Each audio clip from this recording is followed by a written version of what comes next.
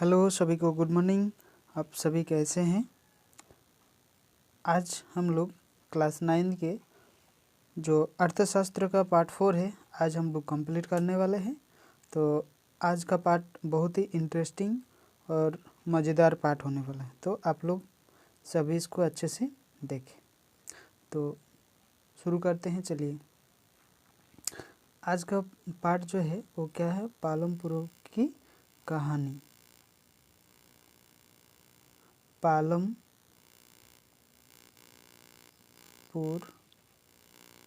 की कहानी, ठीक है, गांव की कहानी। तो चलिए शुरू करते हैं। तो पहले देखिए, पहले से हम लोग पढ़ेंगे। इस गांव में खेती के मुख्य उत्पादन क्रिया था। इस गांव में क्या था? मुख्य उत्पादन क्या था? खेती, यानी कि कृषि कार्य। पिछले वर्ष में खेती की विधियों में कोई महत्वपूर्ण परिवर्तन हुए हैं। और पिछले वर्ष में क्या हुआ था? कोई महत्वपूर्ण परिवर्तन इस गांव में किया गया था। इनकी वजह से किसान उतनी ही भूमि से अधिक फसल पैदा करने लगे। यह एक महत्वपूर्ण उपलब्धि है। और जितना ज़मीन था उतना ज़मीन में ही वो लोग क्या करते थे? बहुत सारा फ़ायदेमंद, यानी कि बहुत ज़्यादा डेवलप उन लोगों को हुआ था उसी जगह में। भूमि स्थायी और दुर्लभ। भूमि जो स्थायी है और क्या था? दुर्लभ था, यानी कि कुछ कार्य करने के लिए उतना अच्छा नहीं माना जाता था। प्रत्येक को बढ़ाने के लिए जो भूमि और इसका जो प्राकृतिक संसाधन पर बहुत अधिक वो लोग क्या करता था? दबाव पड़ता था। यानी कि जैसे कि पानी नहीं हुआ, बहुत वगैरह वगैरह चीज़ जो है, इस चीज़ का समस्या देखने को मिला था। खेती की नई विधियों की कमी। भूमि परंतु अधिक पूंजी की ज़रूरत जो है वो पड़ती थी। इसमें हम लोग देखेंगे तो भूमि जो है ये अधिक पूंजी की आवश्यकता होती थी खेती करने के लिए। मझले और बड़े किसान जिसके पास 1 एकड़ से ज़्यादा और 10 एकड़ से कम, यही मझले और बड़े किसान के रूप में पालमपुर गांव में वो लोग थे, ठीक है। अपने उत्पादन से बहुत बचत से अगले मौसम के लिए पूंजी की व्यवस्था कर लेते थे। जो मझले किसान थे वो लोग और जो बड़े किसान थे वो लोग तो अपना अगले वाले जो काम होगा उस काम के लिए वो लोग क्या करते थे? इस धन को इकट्ठा करके रखते थे और उसको बेचते थे, और उसी पैसा से वो लोग क्या करते थे? दूसरे साल वो लोग अपना काम कर लेते थे। दूसरी ओर छोटी किसान के लिए जो भारत के किसानों की कुल संख्या वो कितने प्रतिशत है? 80% भाग है, ठीक है। पूंजी की जो व्यवस्था थी यह करना बहुत कठिन उन लोगों के लिए था। कितने प्रतिशत? 80% जो लोग थे उन लोगों के लिए बहुत ही कठिन कार्य हम लोग मानते थे। कहाँ? पालमपुर। और ये भारत का किसान भी हम लोग उसको कहेंगे। उसके जो भूखंड का आकार ये कितना था? बहुत छोटा छोटा ऐसा करके, ठीक है, उतना बड़ा बड़ा नहीं था। इतना करके, ऐसा करके बहुत सारा उतना बड़ा नहीं था खेत का आकार, ठीक है। इस तरह का जमीन था, ठीक है। अभी हम लोग देखेंगे के कारण होने वाला उत्पादन पर्याप्त नहीं होता, और जितना उत्पादन होता था वो पर्याप्त नहीं माना जाता था। अतिरिक्त संसाधनों की कमी के कारण वे अपनी बचत से पूंजी नहीं निकाल पाते, और अतिरिक्त जो खर्चा होता था इसके लिए वो लोग जो दूसरे साल के लिए जो उत्पादन यानी कृषि कार्य करते थे उसके लिए उन लोगों का फ़ायदा नहीं होता था। मतलब खाने के लिए ही ख़त्म हो जाते थे, तो क्या मतलब कैसे वो लोग बचा पाएंगे? निकल नहीं पाता था। और उन्हें कर्ज लेना पड़ता था। और उन लोगों को क्या लेना पड़ता था? कर्ज मतलब उधार लेना पड़ता था। कर्ज के अतिरिक्त कोई छोटे किसान को अपने परिवार के भरण पोषण के लिए खेतीहर मजदूर के रूप में के अतिरिक्त भी काम करना पड़ता था।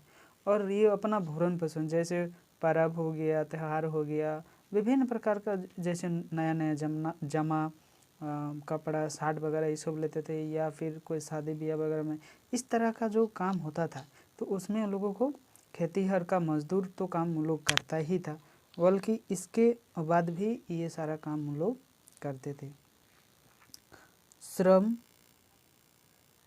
श्रम पूर्ति उत्पादन के अन्य कारकों की तुलना सबसे अधिक यानी कि प्रचुर मात्रा में हम लोग करते थे। अतः नई विधियों का श्रम अधिक प्रयोग करना आदर्श होता था। और जो नई विधि से खेती करना शुरू हुआ तो वो विधि उन लोगों को सबसे ज़्यादा फायदेमंद लगने लगा था। दुर्भाग्यवश ऐसा नहीं हुआ। खेती की श्रमिकों का उपयोग सीमित था।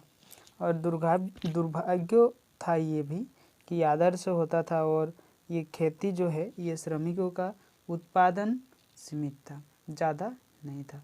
अवसरों की तुलना करने के लिए श्रमिक के पास पड़ोस की गांव और शहरों तथा कस्बों में जा सकता था, और कुछ श्रमिकों में गांव तथा अपनी गैर कृषि के लिए वो लोग काम करना क्या करते थे? काम कर सकते थे, और कार्य करना वो लोग क्या कर दिया? प्रारंभ कर दिया। अभी चलो देखो, इस समय गांव में गैर कृषि क्षेत्र बहुत बड़ा नहीं था। गैर कृषि मतलब कृषि कार्य से जो बाकी जगह है वही होता है गैर कृषि क्षेत्र। ठीक है। भारत में ग्रामीण क्षेत्र में कितने 100 कामगारों में से केवल 24 कामगार ही गैर कृषि कार्य करने लगे थे। यानी 100 कामगार में से 24 जो लोग थे, यही लोग क्या करते थे? गैर कृषि काम करते हैं, यानी कृषि के अलावा दूसरा कुछ। ठीक है। जैसे यह उदाहरण हम लोग अगर देखेंगे तो यह कार्य नियुक्त लोगों की संख्या बहुत ही कम था। 24 लोग, केवल 24 लोग ही इस तरह का काम करते थे। कितने में से? 100 में से। ठीक। हम चाहते हैं कि भविष्य में गांव में गैर कृषि उत्पादन क्रिया में वृद्धि हो, और उस गांव के लोग ये भी चाहते थे कि नहीं, हम लोग कृषि कार्य को उतना नहीं करेंगे, बाकी गैर कृषि कार्य जो है ये कार्य को भी हम लोग अपनाएंगे सबसे ज़्यादा। ये भी उन लोगों के लिए बहुत फायदा था। इसके विपरीत गैर कृषि कार्य में कम भूमि की आवश्यकता होती है।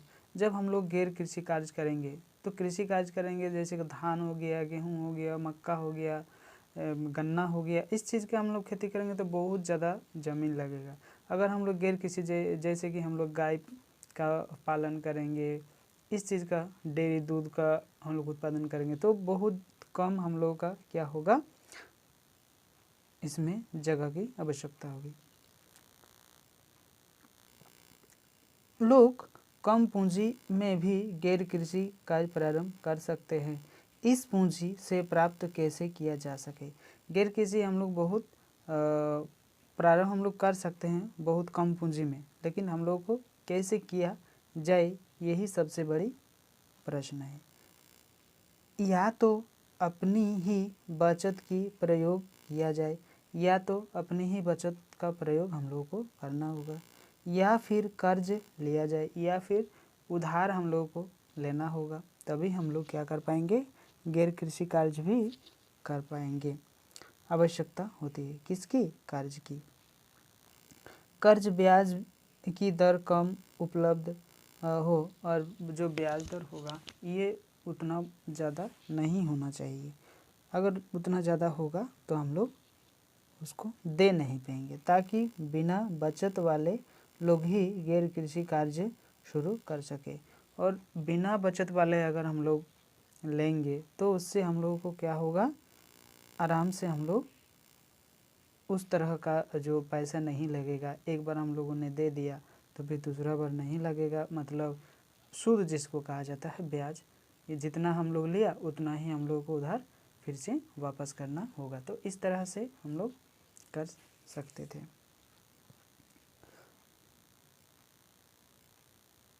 शुरू कर सके। गैर कृषि जो है, ये गैर कृषि के प्रचार के लिए भी आवश्यक है। और ऐसे बाजार हो, जैसे कि बाजार हो गया जहाँ वस्तुएं और सेवाएं बेची जाती है, जहाँ वस्तु और सेवाएं बेची जा सके। पालमपुर में हमने देखा कि आस पड़ोस के गांव, कस्बे और शहरों में दूध, गुड़, गेहूं आदि उत्पादन या उपलब्ध हम लोग वहाँ उस गांव में कर सकते थे। जैसे दूध हो गया तो ये मिश्रित कृषि हो गया, गुड़ मतलब गन्ना से, तो ये सारा चीज़ हम लोग वहाँ उगा सकते थे। जैसे जैसे ज़्यादा गांव, कस्बा और शहरों से अच्छा सड़कें, परिवहन और टेलीफोन से जुड़ेंगे, भविष्य में गांव गैर कृषि उत्पादन कार्य के अवसर बढ़ेगा। जब जब से हम लोग ये चीज़ का हम लोग आवश्यकता होगा, तो ये चीज़ जब होगा तो इस तरह से हम लोग इस कार्य में जोड़ सकेंगे। तो टेलीफोन जैसे कि ये संचार का संसाधन हो गया, परिवहन एक जगह से दूसरी जगह जाने के लिए हो गया, अच्छा सड़क होगा, सब कुछ अगर अच्छा होगा तो ये हम लोग गैर कृषि कार्य में उत्पादन भी कर पाएंगे और फसल को एक जगह से दूसरी जगह ले जाएंगे, या फिर हम लोग क्या कर पाएंगे, उसको अच्छे से बेच पाएंगे। तो इस तरह से हम लोग उस गांव में ये सारा चीज़ करते थे। ठीक है, तो जो नए स्टूडेंट है इस चैनल में, ये तो इस चैनल को सब्सक्राइब कर ले, ताकि आने वाले जितने सारे वीडियो अपलोड होगा उसका नोटिफिकेशन आप लोगों को मिलता रहेगा।